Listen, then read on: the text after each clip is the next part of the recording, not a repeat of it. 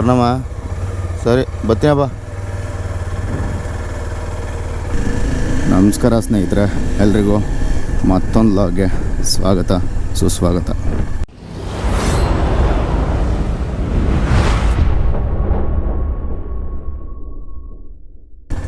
ಎಲ್ರಿಗೂ ಬೆಳಗಿನ ಶುಭೋದಯಗಳು ಸ್ನೇಹಿತರೆ. ಇವಾಗ ನಮ್ಮೂರಿಂದ ಹೊರಡ್ತಾ ಇದ್ದೀನಿ. ಇವತ್ತೊಂದು ರೈಡ್ ಇದೆ.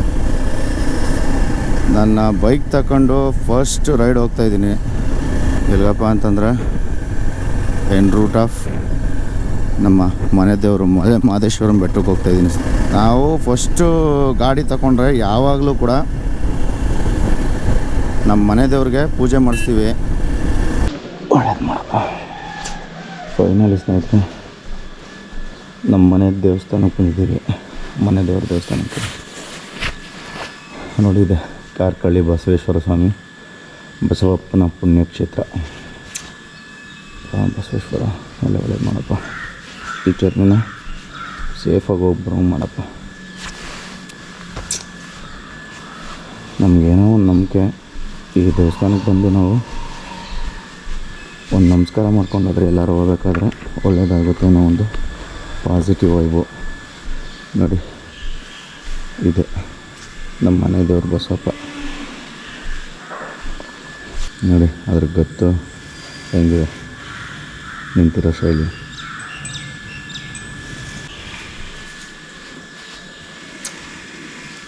ಸ್ನೇಹಿತರೆ ಇವಾಗ ಫೈನಲಿ ಮಳವಳ್ಳಿ ಹತ್ರ ಇರುವಂತಹ ದಂಡಿನ ಮಾರಮ್ಮನ ದೇವಸ್ಥಾನದ ಹತ್ರ ಬಂದಿದ್ದೀವಿ. ಈಗ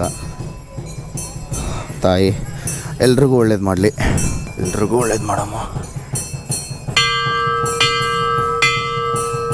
ಅಮ್ಮನ ಪೂಜೆ ನಡೀತೈತೆ.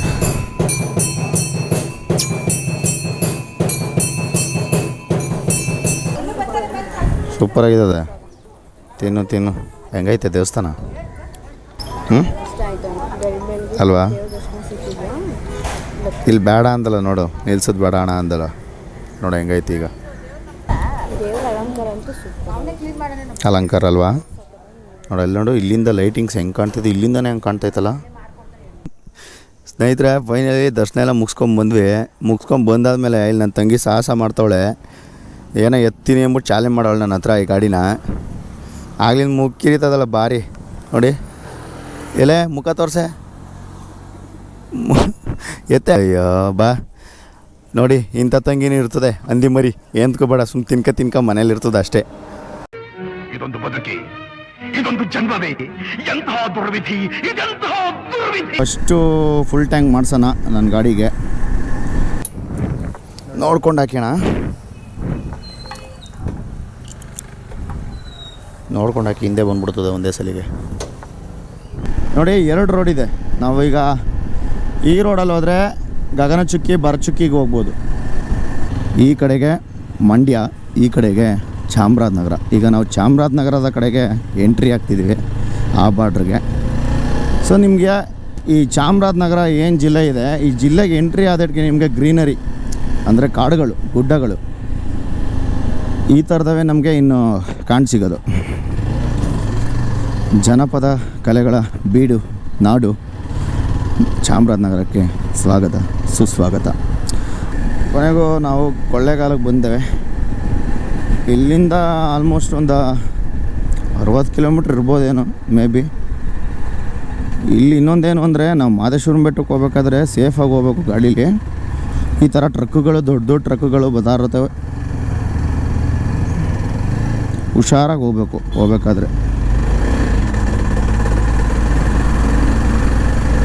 ಇನ್ನೊಂದೇನಾದ್ರು ಈ ಕಡೆ ಒಂದು ಸೇತುವೆ ಇದೆ ಗುರು. ಆ 99 ಮೂವಿ ನೋಡಿದರೆ ನಿಮಗೆ ಗೊತ್ತಾಗುತ್ತೆ. ಇದು ಬಂದಾಗೆಲ್ಲ ನನಗೆ ಅದೇ ಒಂದು ನೆನಪಾಗುತ್ತೆ ಗುರು. 99 ಮೂವಿಲಿ ಒಂದು ಸೀನ್ ಇದೆ, ಆ ಸೀನ್ ಥರನೇ ಇದೆ ಇದು. ಕಮೆಂಟ್ ಮಾಡಿ ನಿಮ್ಗೇನಿಸ್ತು. ಎಲ್ಲ ಮಿಡಲ್ ಕ್ಲಾಸ್ ಹುಡುಗರುಗಳಿಗೆ ಒಂದು ಆಸೆ ಏನು ಅಂದರೆ, ಅವ್ರು ತಗೊಂಡಿರೋ ಬೈಕ್ಗಳಲ್ಲಿ ರೈಡ್ ಹೋಗೋದಿರೋದು ಖುಷಿ ಇರುತ್ತಲ್ಲ, ಆ ಖುಷಿ ಯಾವುದ್ರಲ್ಲೂ ಇರೋಲ್ಲ ಗುರು. ಅದು ಅವ್ರು ಸ್ವಂತ ದುಡ್ದು ಕಷ್ಟಪಟ್ಟು ದುಡ್ದಿರೋ ದುಡ್ಡಲ್ಲಿ ತಗೊಂಡು ರೈಡ್ ಮಾಡೋ ಖುಷಿ ಯಾವಿದ್ರಲ್ಲೂ ಸಿಗಲ್ಲ ಅನ್ಕೋತೀನಿ. ಮಲೆ ಮಾದೇಶ್ವರಂ ಬೆಟ್ಟ ಇನ್ನೂ 79 ಕಿಲೋಮೀಟ್ರ್ ಇದೆ ಗುರು. ಏನಿದು? ಓ ಗೃಹ ಪ್ರವೇಶ ಗೃಹ ಪ್ರವೇಶನೇ ಇರಬೇಕಿದು. ಗೃಹ ಪ್ರವೇಶಕ್ಕೆ ಇವ್ರು ಯಾಕೆ ಹಿಂಗೆ ಆಗ್ತಾರೆ?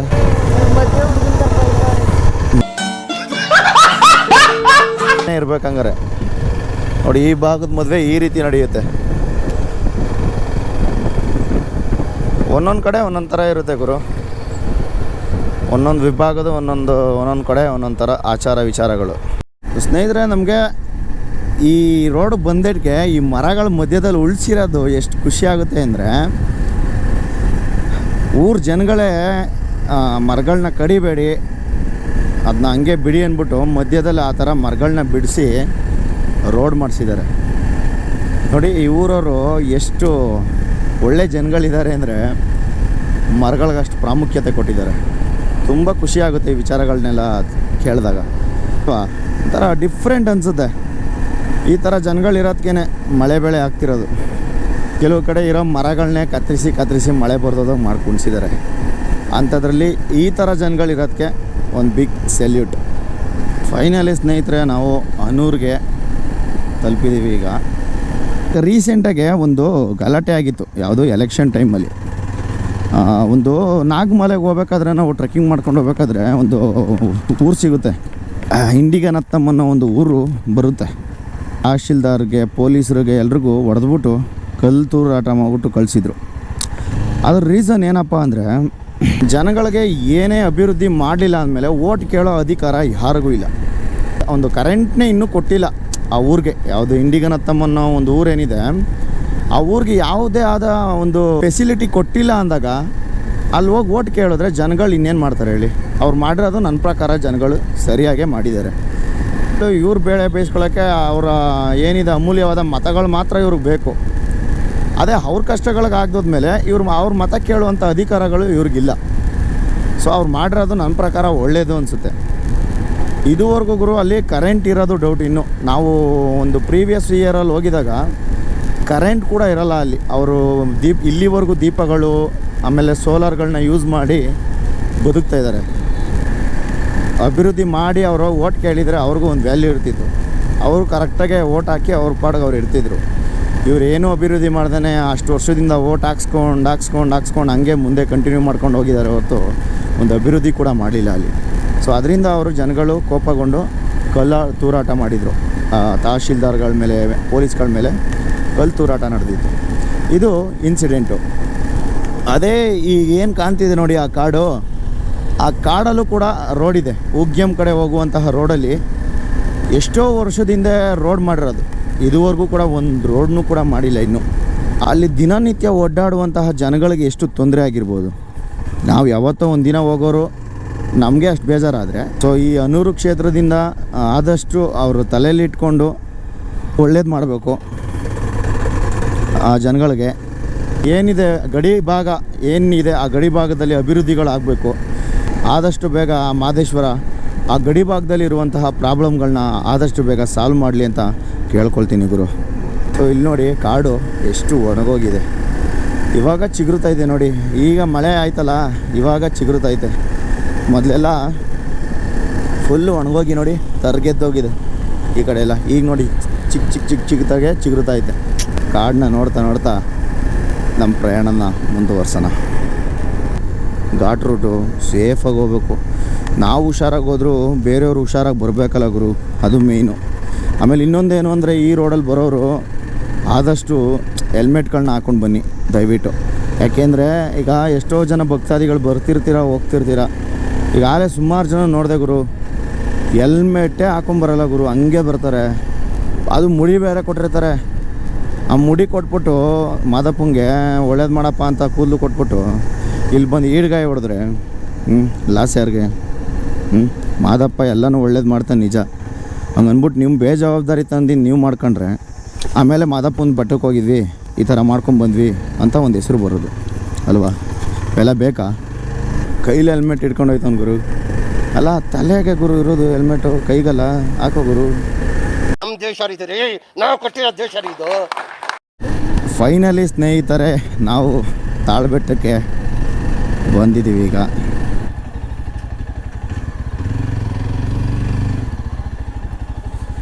ತಾಳ್ಬೆಟ್ಟದಿಂದ ಈಗ ಹೊರಡ್ತಾ ಇದ್ದೀವಿ. ಇಲ್ಲಿಂದ ಜರ್ನಿ MM ಹಿಲ್ಸು, ಹಾವು ಥರ ಸುತ್ತುವಂತಹ ಘಾಟ್ ಕಡೆಗೆ ಈಗ ಇಲ್ಲಿಂದನೇ ಇರೋದು ಮೇಯ್ನ್ ಜರ್ನಿ. ವಾವ್, ಏನು ಗ್ರೀನರಿ ಆಗ್ತಿದೆ ಈಗ ಮಳೆ ಬಿದ್ದಿರೋದಕ್ಕೂ ಅದಕ್ಕೂ. ಇನ್ನು ಮಲೆ ಮಹದೇಶ್ವರಂ ಬೆಟ್ಟ 16 ಕಿಲೋಮೀಟ್ರ್ ಅಂತ ಹಾಕಿದ್ದಾರೆ. ಈಗ ನಾವು ಸ್ಟಾರ್ಟಿಂಗ್ ಸುತ್ತು ಒಂದು 3 ಸುತ್ತು ಸುತ್ತಿದ್ದೀವಿ. ಈಗ ಇನ್ನೂ ಇದೆ ಬೇಜಾನು ಹತ್ತೋದು. ಚೆನ್ನಾಗೈತೆ ಈ ಒಂದು ಪ್ರಕೃತಿ ಅಂದರೆ.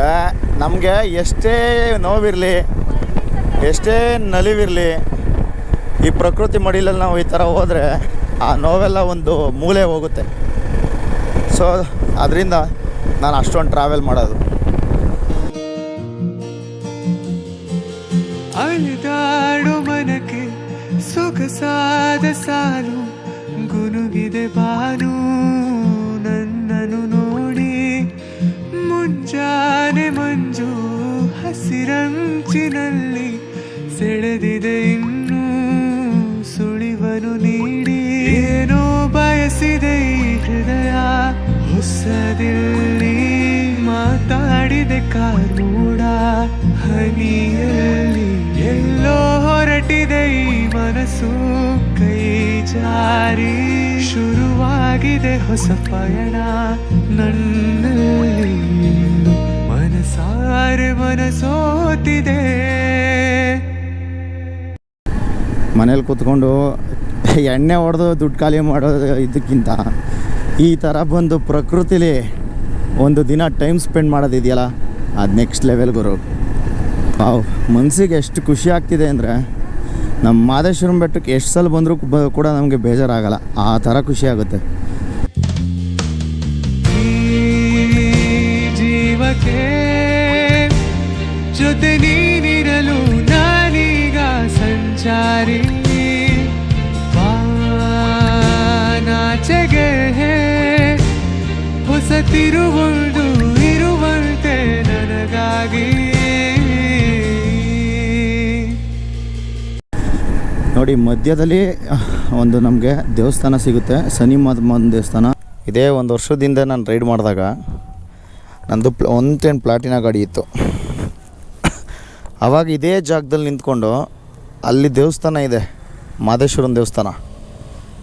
ಆ ದೇವಸ್ಥಾನ ಕಡೆಗೆ ತಿರ್ಕೊಂಡು ಒಂದು ಮಾತು ಬೇಡ್ಕೊಂಡು ಬಂದಿದೆ, ಆದಷ್ಟು ಬೇಗ ನನಗೆ ಒಂದು ದೊಡ್ಡ ಗಾಡಿ ತಗೊಳ್ಳೋ ಥರ ಒಂದು ಆಶೀರ್ವಾದ ನೀಡಪ್ಪ ಅಂತ ಮಾದಪ್ಪನ. ಈಗ ಕರೆಕ್ಟಾಗಿ ಇದೇ ಒಂದು ವರ್ಷದ ಹಿಂದೆ ಇದೇ ಜಾಗದಲ್ಲಿ 110 ಗಾಡಿ ನಿಂತಿತ್ತು ನಂದು ಪ್ಲಾಟಿನ. ಇವತ್ತು ನಾನು HD ಅಡ್ವೆಂಚರ್ ಗಾಡಿ ತೊಗೊಬಂದಿದ್ದೀನಿ. ಎಲ್ಲ ನಮ್ಮ ಮಾದಪ್ಪನ ದಯೆ. ಅಂದ್ಕೊಂಡಂಗೆ ಆಗಿದೆ ಮಾತ್ರ, ಅದು ತಕ್ಕಂಗೆ ಪ್ರತಿಫಲನೂ ಕೂಡ ಸಿಕ್ಕಿದೆ. ನಾವು ಮಹದೇಶ್ವರಂ ಬೆಟ್ಟಕ್ಕೆ ಟ್ರಿಪ್ಗೆ ಅಂತ ಬಂದರೆ ನಾವು ಇನ್ನೊಂದು ನಾಗುಮಲೆಗೆ ನಾವು ಹೋಗ್ಬೋದು. ಅದು ಜಾಗ ಯಾವುದು ಅಂದರೆ ಈ ಕಡೆನೇ ನೋಡಿ, ಇದೇ ನಾಗಮಲೆಗೆ ಹೋಗುವಂತಹ ರೋಡು. ಇಲ್ಲಿ ಜೀಪ್ಗಳು ಇರ್ತವೆ, ಜೀಪ್ ಮುಖಾಂತರನೂ ಕೂಡ ಹೋಗ್ಬೋದು. ಹೋದ್ಸಲಿ ಹೋದಾಗ 70 ರೂಪಾಯಿ ತೊಗೊಂಡಿದ್ರು ಇಲ್ಲಿಗೆ ಒಬ್ರಿಗೆ. ಈ ಜೀಪ್ಗಳಿರುತ್ತೆ, ಈ ಜೀಪಲ್ಲಿ ಕೂಡ ಹೋಗ್ಬೋದು. ಇದೇ ರೋಡಲ್ಲೇ ಹೋಗೋದು. ಹೋಗಿ ಆ ಬೆಟ್ಟದ ಹಿಂದ್ಗಡೆ ಎಲ್ಲ ಹೋಗುತ್ತೆ. 7 ಬೆಟ್ಟ ಹತ್ತಿ 7 ಬೆಟ್ಟ ಇಳಿಬೇಕು. ಇಲ್ಲ ಇಲ್ಲ ಇಲ್ಲ, ಒಂದು 3 ಬೆಟ್ಟ ಏನೋ ಹೋಗುತ್ತೆ. ಮಿಕ್ಕಿದೆಲ್ಲ ನಾವೇ ನಡ್ಕೊಂಡು ಹೋಗ್ಬೇಕು. ಈಗ ಹೋಗಿ ದರ್ಶನ ಮಾಡಿಕೊಂಡು ಗಾಡಿಗೆ ಪೂಜೆ ಮಾಡಿಸ್ಕೊಂಡು ಒಂದಷ್ಟು ವಿಶ್ರಾಂತಿ ತಗೊಂಡು ಹೊರಡೋಣ ಸ್ನೇಹಿತರೆ. ಬನ್ನಿ ಹೋಗೋಣ. ಈಗ ಗಾಡಿಗೆ ಸ್ವಲ್ಪ ವಾಶ್ ಮಾಡಿಸ್ಬಿಟ್ಟು ಪೂಜೆ ಮಾಡಿಸ್ಬಿಡೋಣ.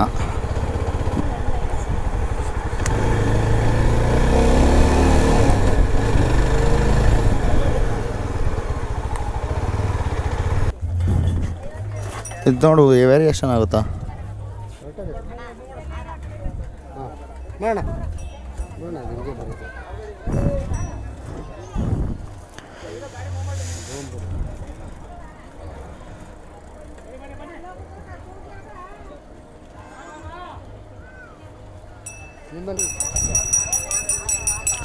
ಇವಾಗ ಪೂಜೆ ಮಾಡ್ತಿದ್ದಾರೆ.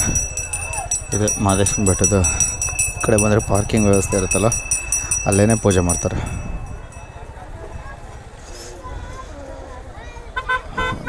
ಎಲ್ಲ ಹೊತ್ಕೊಳ್ಳೋದು ನೋಡಪ್ಪ.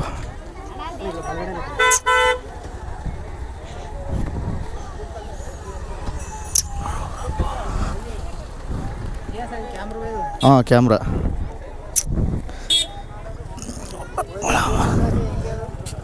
ವಿಡಿಯೋ ಆಯ್ತಾ ಇರುತ್ತೆ ಎಲ್ಲ ಕಡೆ ಹೋಗುತ್ತೆ ಅವೆಲ್ಲ ವಿಡಿಯೋ ಆಯ್ತಾ ಇರುತ್ತೆ. ಹಾಂ ಇಲ್ಲ ಸಪ್ರೇಟ್ ನಾವು ತಗೊಳ್ಳೋದು.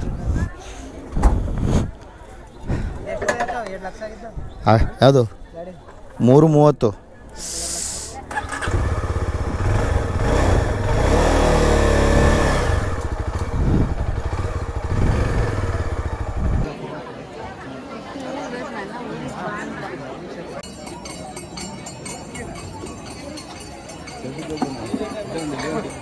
ಸೊ ಇಲ್ಲಿ ಟಿಕೆಟ್ ತಗೋತಾರೆ ಅಲ್ಲ, ಏನು ಪರ್ಪಸ್ಗೆ ತಗೋತಾರೆ ಅನ್ನೋದೇ ನನಗೆ ಇನ್ನೂ ಅರ್ಥ ಆಗಿಲ್ಲ ಗುರು.